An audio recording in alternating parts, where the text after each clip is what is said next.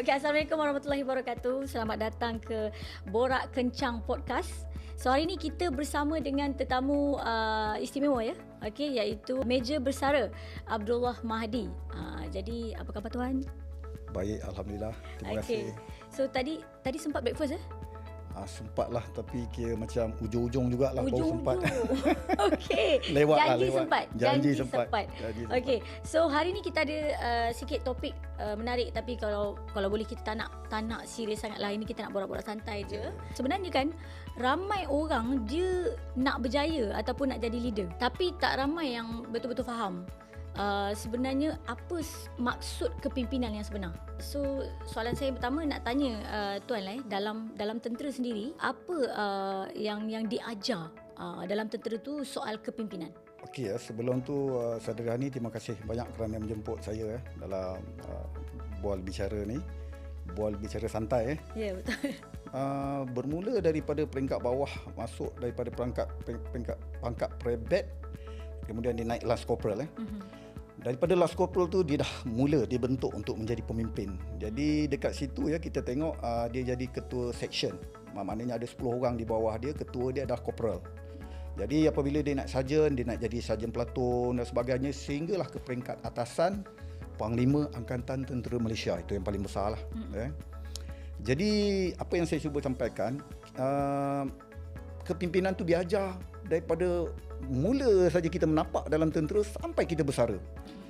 Jadi apabila ditanyakan apa yang diajar, sebenarnya saya boleh simpulkan sebenarnya memang banyak istilah-istilah kepimpinan yang kita belajar.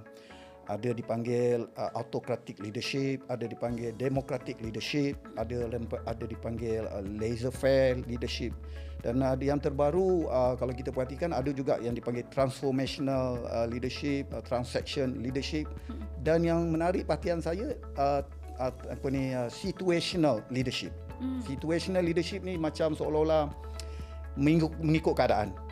Dan untuk pengetahuan saudara Yani, dalam askar ni dia ada banyak suasana aman, suasana perang, suasana operasi, suasana membekalkan logistik. Dalam setiap suasana tu memang akan ada command and control dan memerlukan pada leadership. Tapi apa saja pun istilah leadership ni, perkara yang penting adalah contoh Rasulullah sallallahu alaihi wasallam, nabi kita, perlukan kepada sidik, amanah, tabligh, fatonah. Kenapa sidik, benar, amanah, tabligh, menyampaikan, telus, dan fatonah tu bijaksana. Benda tu perlu kerana dia elemen-elemen ni menggabungkan sebenarnya perkara-perkara integriti, ikhlas, jujur, amanah dan sebagainya, ciri-ciri leadership yang perlu dimasukkan ke dalam tu. Jadi dekat sini adalah perbezaan dia antara pemimpin yang sebenar. Ini soalan saya yang kedua lah. Okey, antara pemimpin yang sebenar ataupun pemimpin yang sekadar di jawatan. Jadi boleh tak tuan kupas? Bagus. Benda tu berkaitan dengan saya kerana apabila saya bersara, saya melihat ciri-ciri kepimpinan tu di dalam tentera sebenarnya setiap orang adalah pemimpin. Sebab apa tu, daripada dia masuk saja pangkat brevet tadi, daripada lain-lain pangkat, dia dah ada pangkat. Last corporal, sarjan, sub-sarjan, membawa kepada general 4 bintang. Jadi pangkat tu akan datang dengan jawatan. Kalau macam corporal tadi, ketua section jawatan dia. Kalau 4 bintang tadi, general, jawatan dia Panglima Angkatan Tentera, macam itulah. Jadi apa yang berlaku, pemimpin yang dengan jawatan ni sebenarnya dihormati dua-dualah, atas sikap kepimpinan dan atas jawatan yang dia pegang. Tapi kalau pemimpin yang sebenarnya dia tak tertakluk pada jawatan. Maknanya selepas bersara, contoh saya, lepas bersara, jika saya kekalkan ciri-ciri kepimpinan yang saya belajar dulu, orang tetap menghormati saya, orang ikut saya, orang mengambil saya, tanya nasihat, pandangan dan sebagainya. Alhamdulillah. Jadi saya tak adalah mengatakan saya ni macam pemimpin bagus sangat ke, bukan. Tapi ciri-ciri tu sebenarnya basic lah. Basic tu ada. Dari segi yang kita cakap tadi kan, kejujuran, amanah, menyebabkan orang sebenarnya memandang kita ada ni. Tapi berbanding kepada yang pemimpin yang mengharap pada jawatan semata-mata, habis jawatan habislah. Faham. Habis jawatan tidak ada lagi penghormatan yang sewajarnya dia terima. Jadi maknanya orang maknanya takut jawatan kot kan. Takut maknanya hormat pada jawatan dia. Betul. Bila habis you are finish, no more. Macam itulah lebih kurang. Yalah, jadi sebenarnya kalau ikutkan yang kita nak hormat tu datang bukan disebabkan jawatan tu semata-mata. Ya.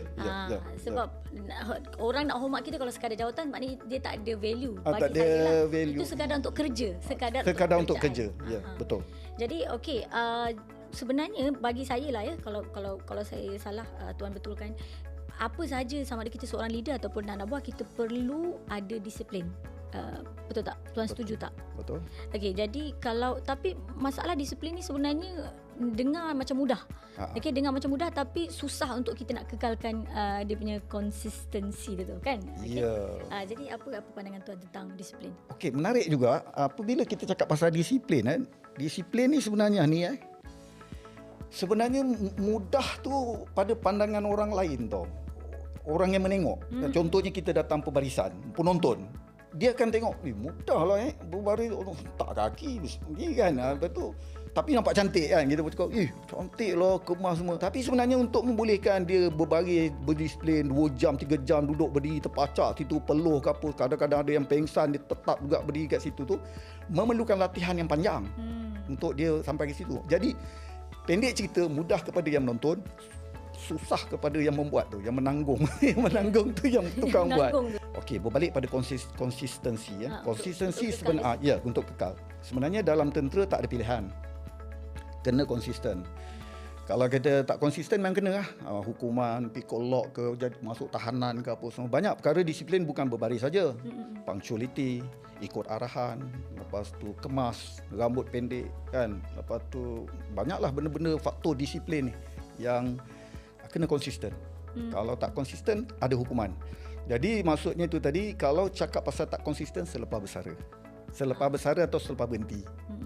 Benda tu berlaku kepada saya juga. Lepas bersara saya rasa penatlah nak kilat-kilat kasut. Tak payahlah kan. Apa kemas-kemas sikit-sikit dah lah kan. Rambut pun kadang bila dah panjang baru potong kan. Jadi disiplin tu dah berkurang. Tapi mungkin ada perkara disiplin yang kita kekalkan. Dari segi menghormati orang atasan. Kadang-kadang benda tu konsisten juga bagi setengah orang. Adakah bila dalam askar ataupun tentera sendiri, bila disiplin tu perlu bukan pilihan, dia adalah benda yang wajib. Macam tuan terangkan tadi. Jadi adakah disebabkan itu terjadinya kejadian yang kita ada dengar, ada kejadian buli ke apa semua, mungkin pihak daripada leader melihat anak buah tak buat apa yang sepatutnya dia buat, tak berdisiplin, jadi ada berlakunya kes-kes buli dalam ketenteraan. Okey. Iyalah, sebenarnya itulah dia ada konsep seniority ya. Dia bukan buli sebenarnya, dia mengajar sebenarnya, tapi kadang-kadang kita mengistilahkan dia buli. Mungkin pada saya, masa zaman saya tak pernah pun mengatakan dia buli. Kerana dalam konsep mentor dan mentee, memanglah dia akan bagi hukuman, kau ini pun tak boleh buat, ini pun tak kilat, kau buatlah 10, skor jam lah, ni port roll lah apa semua. Tapi tak adalah sampai setrika-setrika kan. Yang itu different topik lah kan. Tak adalah sampai macam tu. Jadi konsep tu, kalau nak kata bully, dia akan jadi bully lah. Tapi sebenarnya bukan. Dia mengajar kita untuk mendapatkan disiplin tu. Sebab apa, senior kita ni dia membantu jurulatih dan organisasi juga, supaya kita bersama-sama dalam organisasi untuk mengangkat level disiplin tu ke tahap seberapa tinggi yang boleh. Jadi tak bolehlah kita kata dia bully ya. Saya tak berapa setuju. Mungkin ada yang terlampau ya tuan. Mungkin ada yang terlampau. Tapi saya agree juga part tu, sebab ni macam kita tengok macam budak-budak sekarang. Tak boleh kena sentuh. Tak boleh kena sentuh. Sedangkan kita dulu salah sikit, rotan kita tak ada mengadu dekat keluarga sebab nanti kita tambah lagi. Betul. Tapi budak-budak sekarang tak boleh. Betul. Kadang-kadang itu sebenarnya cikgu dulu mengajar. Kita dah besar, kita tak rasa pun cikgu tu mendera kita. Betul. Dulu tapi tak. Budak sekarang lain. Semua sekarang dianggap dera. So saya rasa itu pun yang terjadi juga sekarang. Kita bercerita pasal perang tau. Kita bercerita pasal kalah perang, menang perang, mati hidup, keberanian, kekuatan fizikal. Jadi kalau kena pukul sikit dah bedung mengadu mak bapak, jangan masuk askar lah. Kau jadilah organisasi lain kan yang lebih ni, sebab nama pun askar, tiba-tiba kau kena lempang sikit, mak, ayah, aduh penat lah saya. Kenalah Saya rasa keras penat, sikit. kenalah ada kekuatan lah kan. Betul. Ini sikit-sikit nangis, sikit-sikit penat lah kan. Saya Hani tanya pun saya dah penat tau. Yalah, penat dah jawab. Belum yang sebenar tau. Saya jawab soalan pun rasa penat. Yang berkaitan ni lah. Faham. Maknanya apa orang kata tu, kalau dah masuk dalam askar tu, kita kena sedia dari segi mental. Kenalah. Sebab apa, kita nak mempertahankan negara ni. Bukan kata orang mempertahankan benda kecil-kecil. Ya, betul. Okey, selain daripada ciri-ciri yang kita sebutkan tadi, seorang leader kita kena juga berdisiplin untuk mengajar kita punya orang bawah juga. And then nak konsisten dengan kita punya disiplin dan sebagainya. Jadi untuk kita yang rakyat ni, pada pendapat tuan lah kan, apa kriteria yang penting kena ada pada seorang pemimpin? Kiranya sebagai rakyat kita tak boleh kompromi, mesti kena ada. Integriti. Ya, saya tekankan benda ni, sebenarnya itulah yang diajarkan. Sebab integriti dengar pendek ni ya, tapi kalau dihuraikan segala-galanya ada di dalam tu. Integriti, keikhlasan, keluruhan, kejujuran, buat kerja tanpa diperhatikan, ya, bukan menunjuk-nunjuk dan sebagainya. Segala-galanya integriti. Once kita tertangkap tak ada integriti, that's it. You are no more pemimpin yang diharapkan. So berbalik pada soalan untuk rakyat menilai kepimpinan, ramai saja di luar sana yang berbakat. Tetapi lihatlah pada integriti. Sebab integriti ni kadang-kadang susah juga. Kalau dia berpura-pura integriti, tiba-tiba tertangkap tak ada integriti, yang itu susah. Sebab dia berlaku di dalam hati, kepribadian, ya. Dan benda tu akan tertangkap apabila berlaku sesuatu yang seperti rasuah ke, ataupun pengkhianatan, ya, spy, kan, jual maklumat, baru kita tahu, alamak tak ada integriti punya. Baru kantoi. Kan? Bila dah kantoi baru ni kan. Asalnya nampak macam ada integriti kan. Tapi yang itu saya serah pada Allah SWT, dia lagi mengetahui lah. Ada certain thing tu di luar kawalan kita. Di luar kawalan. Tapi sebagai rakyat, apa yang kita nampak, kalau kita nampak still okey, jadi kita pilih. Ya. Okey, faham. Okey, jadi satu lagi soalan yang kita nak tanya, tahun 2021 tuan pernah tercalon dalam PRN Melaka untuk Dun Lendu. Oh, ada juga soalan tu ya, kita tahu, kita dah research. So masa tu tuan berdepan dengan Ketua Menteri Melaka. Ni baca Wikipedia Ada. Wikipedia. Sekarang maklumat macam ni. Itu masalah tu. Tak boleh nak selindung. So kalau ikutkan dalam situasi tu, peluang tu nampak tak berapa nak memihak sebenarnya tuan kan, sebab nak menentang Ketua Menteri Melaka. Jadi tapi kenapa tuan still pilih untuk bertanding sebenarnya, atau ada benda yang cuba dibuktikan ke macam mana? Okey. Tahun 2021 masa tu COVID-19 ya. Jadi apa yang berlaku sebenarnya, pembubaran DUN Melaka mengejut sebab inilah ada perkara-perkara yang tak dapat dielakkan. Jadi dia perlukan 28 calon. Saya terpilih oleh parti pada ketika itu, Parti Bersatu lah ya. Dia pilih saya untuk mewakili salah seorang daripada 28 calon tu untuk bertanding di Dun Lendu. Apa yang berlaku ialah, pendek cerita, sebelum pencalonan tu, dia melihat saya ni buat kebajikan, bagi derma dekat orang, sumbangan apa semua di bawah tiket NGO, Non-Governmental Organisation, Sukarelawan Masjid Tanah. Dia punya singkatan SMART lah. Saya juga membantu dalam masa vaksin tu lah, masa penyampaian vaksin, hantar sumbangan orang yang kena jangkit apa semua.